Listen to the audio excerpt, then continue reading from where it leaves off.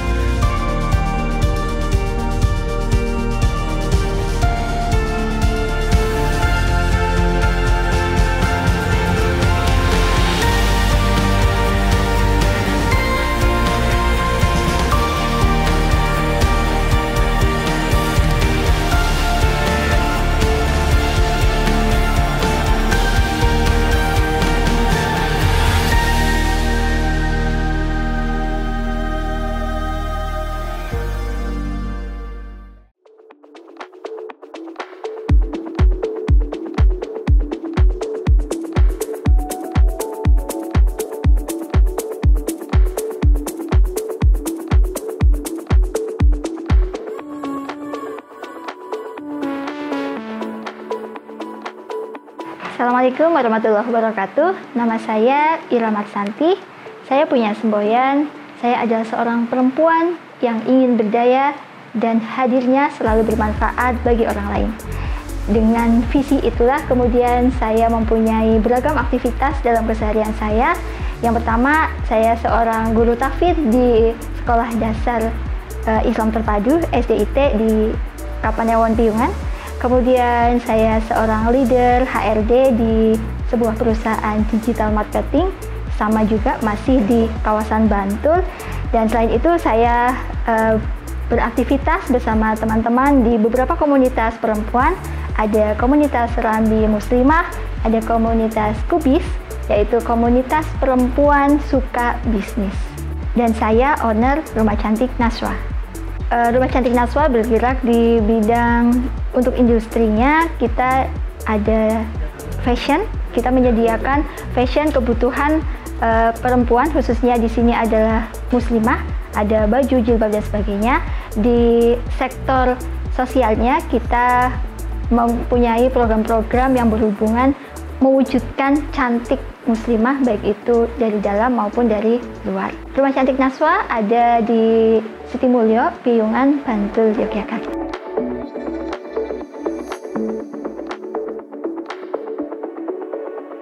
Saya memulai Rumah Cantik Naswa itu di tahun 2016. Tapi pada saat itu fokus hanya di bisnis, di usaha itu ya. Kemudian saya mulai mengembangkan dengan aktivitas-aktivitas sosial sejak tahun 2020 sampai sekarang. Impian besar saya, Rumah Cantik Naswa ini menjadi satu rumah muslimah itu ya. Jadi di sana kita ada program-program edukasi, program pendidikan bagaimana menjadi seorang muslimah. Kemudian kita juga menyediakan konsultasi bagi para muslimah, karena kita tahu gitu ya, namanya perempuan biasanya kan banyak hal yang ingin dicurahkan, banyak hal yang ingin di-sharingkan dengan orang lain. Kita ingin di Rumah Cantik Naswa ini memfasilitasi teman-teman muslimah untuk punya tempat curhat, punya tempat konsultasi, seperti itu. Dan yang ketiga, kita ingin menjadi rumah pengembangan diri muslimah dengan menyediakan kegiatan-kegiatan yang memfasilitasi ada bakat, ada minat gitu. Misalnya, untuk yang perempuan suka bisnis, kita ada kelas bisnis. Untuk perempuan yang memang sense-nya di bidang kepenulisan, Rumah Cantik Naswa juga kita ada kelas menulis itu, dan kita sudah berjalan salah satu produknya adalah buku antologi, kumpulan buku antologi.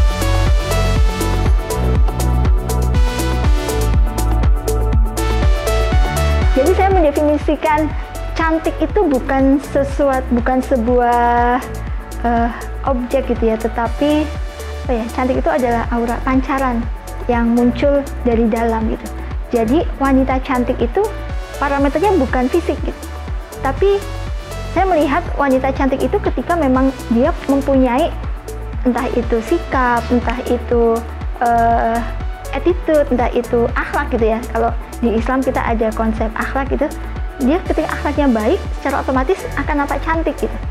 Jadi kalau misal parameternya cantik itu adalah perempuan yang berkulit putih atau mungkin sawo matang atau dengan standar punya tinggi tertentu, itu bagi saya bukan definisi dari cantik gitu. Tapi ketika cantik itu adalah sesuatu yang terpancar dari dalam diri seseorang, dari seorang wanita, ya itu adalah kecantikan yang sesungguhnya. Itu menurut saya, definisi cantik menurut saya. Ya pasti masing-masing orang punya definisi kecantikan sendiri-sendiri sih.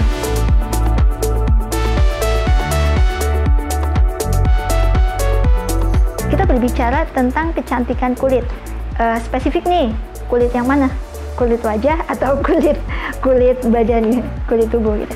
Kalau untuk kulit wajah, yang pertama adalah kita harus rajin-rajin pakai sunscreen ya, karena sunscreen itu membantu untuk menjaga kelembaban kulit wajah kita. Nah, gimana caranya menjaga kelembaban kulit dengan mengaplikasikan sunscreen itu? Biasanya kita rutin untuk touch up ya. Touch up sunscreen itu yang pertama pagi hari sebelum kita beraktivitas. Bahkan kalau kita beraktivitasnya di dalam rumah, itu juga perlu untuk menggunakan sunscreen. Misalnya perempuan nih, ibu-ibu biasanya setiap harinya kan memasak. Nah, sebelum memasak itu kita sudah menggunakan sunscreen dulu walaupun di dalam rumah. Kemudian kita rutin touch up sunscreen itu setiap setelah wudhu. Nah, misal sehari kita sholat 5 kali, berarti setiap wudhu itu kita oles dikit-dikit lah sunscreen. Nah, setelah itu kita mau beraktivitas apapun lebih aman. Itu tips yang pertama ya. Tips yang kedua adalah kita menggunakan rutin gitu. Kita rutin melakukan skincare harian kita, baik itu pagi maupun malam. Kalau misalnya teman-teman di sini termasuk yang nggak telaten gitu, oke, pagi kita sudah pakai sunscreen, udah cukup. Kemudian kita bisa menggunakan skincare-nya di malam hari. Nah, yang paling penting adalah kita membersihkan dulu kulit wajah kita.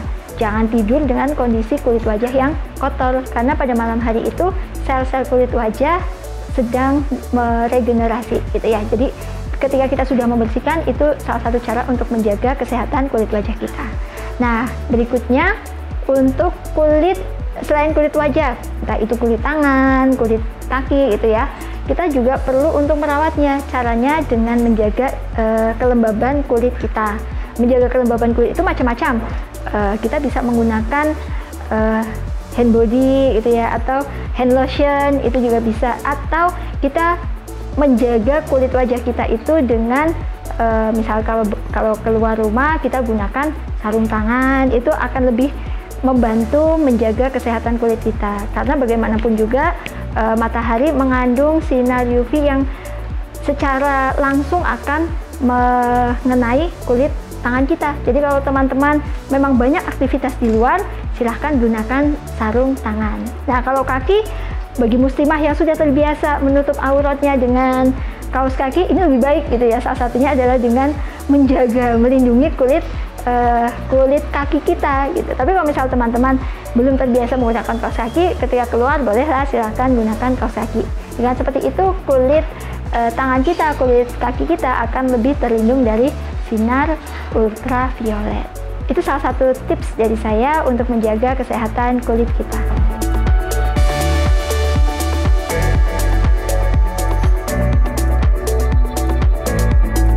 Cantik dari dalam, seberapa penting sih cantik dari dalam?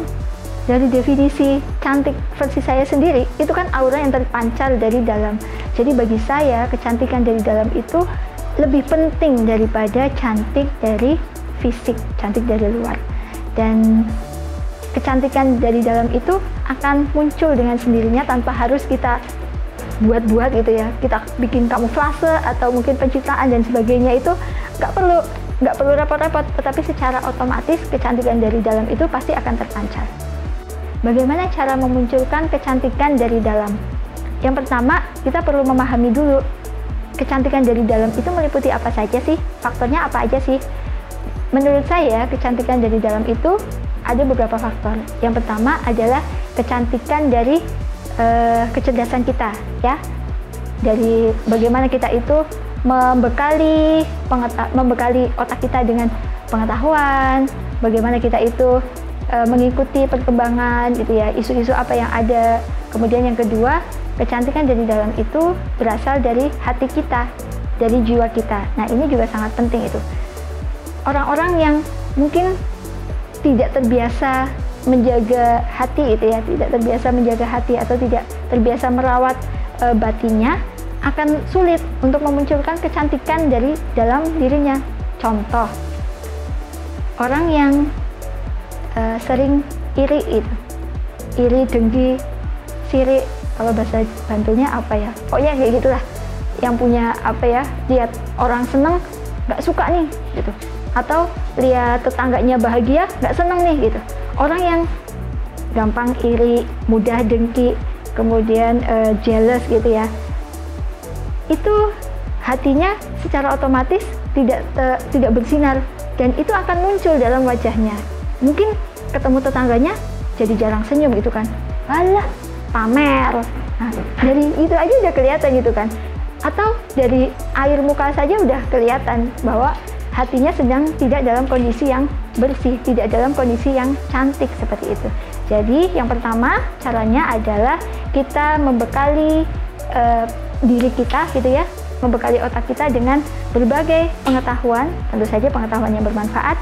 Dan yang kedua, kita senantiasa menjaga kecantikan dari hati kita.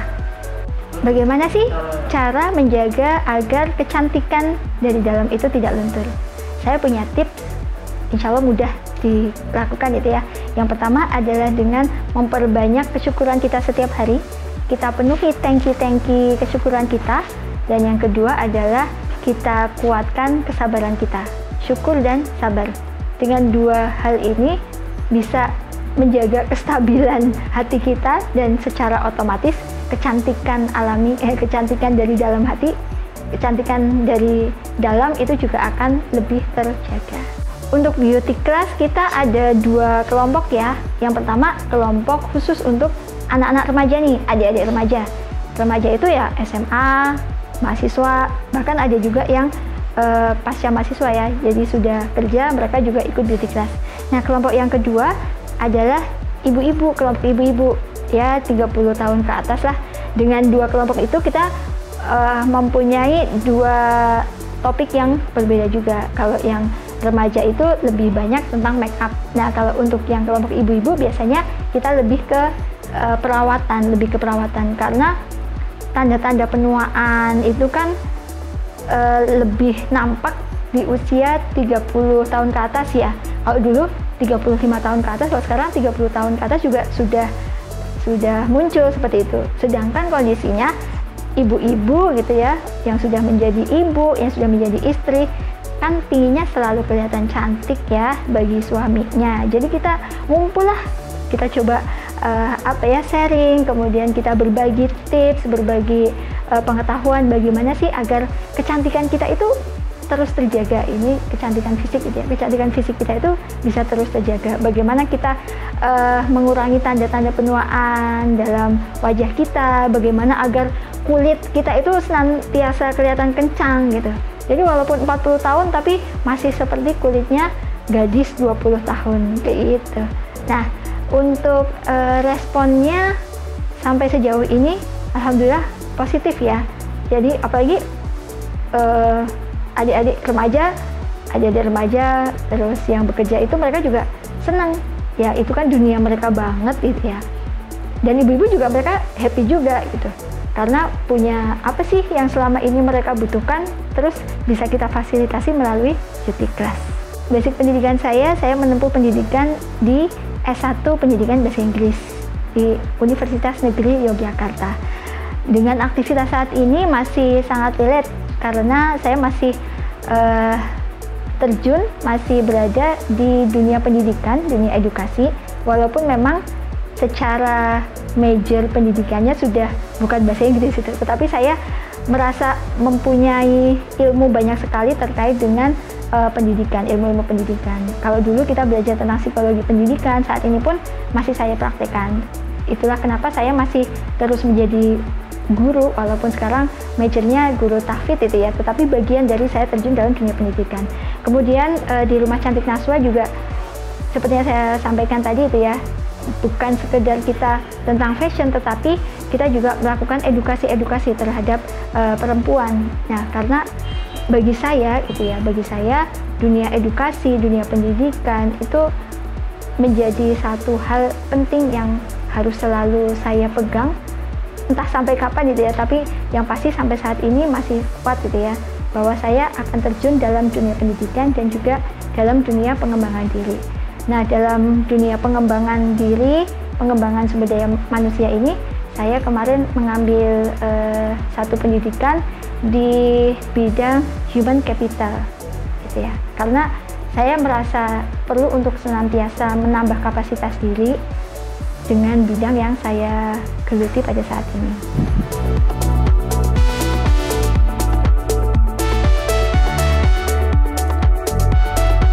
Kalau terkait dengan kendala eksternal, sampai saat ini saya tidak merasa menemukan kendala-kendala eksternal. Tetapi ada satu kondisi yang bagi saya itu sangat bermasalah, yaitu ketika saya lama tidak belajar. Saya lama tidak belajar karena mungkin dengan aktivitas, dengan kesibukan, terus jadi ketika ada masalah-masalah dari luar datang, itu saya merasa bukan inti sih, tapi sumbernya itu ada pada diri saya, yaitu berarti saya itu sudah beberapa waktu tidak belajar. Nah, itu jadi kalau sudah banyak masalah kembali ke saya, saya sedang diingatkan untuk belajar lagi nih gitu. Jadi kondisi sedihnya di situ gitu. Jadi kalau hambatan-hambatan dari luar itu bagi saya itu bukan sebuah kendala ya, bukan sebuah masalah. Tapi adalah menjadi masalah ketika saya sebagai orang yang menjalankan proyek di Rumah Cantik Naswa tidak berkembang, tidak berusaha untuk memberikan yang terbaik. Nah, itu yang menjadi masalah bagi saya. Rumah Cantik Naswa adalah impian besar saya. Bahkan ke depan itu saya bermimpi Rumah Cantik Naswa itu punya gedung di mana di situ ada tokonya, toko fashion muslim gitu ya. Kita menyediakan pakaian-pakaian yang memang itu baik untuk muslimah gitu, bukan pakaian-pakaian yang justru tidak sesuai dengan kodrat muslimah seperti itu. Kemudian di sampingnya itu ada satu ruangan khusus untuk edukasi, kemudian mungkin ada ruangan lain untuk pengembangan diri perempuan, ada lagi nanti core-nya adalah sosial gitu ya. Jadi komunitas Rumah Cantik Naswa itu menjadi satu komunitas di mana di situ ada aksi-aksi sosialnya. Dan sampai saat ini impian itu belum terwujud. Jadi kenapa saya masih kekeh untuk memegang, untuk terus menjalankan Rumah Cantik Naswa sampai impian besar saya itu terwujud. Dan saya yakin ketika gedung itu sudah ada gitu ya, bentuk Rumah Cantik Naswa yang sebenarnya itu sudah ada, itu tidak akan ada berhentinya, karena gedung bukan hanya dibuat secara fisik saja, tetapi inti dari gedung itu adalah aktivitas yang ada di dalamnya. Jadi insya Allah saya akan terus memegang Rumah Cantik Naswa ini sebagai impian besar saya.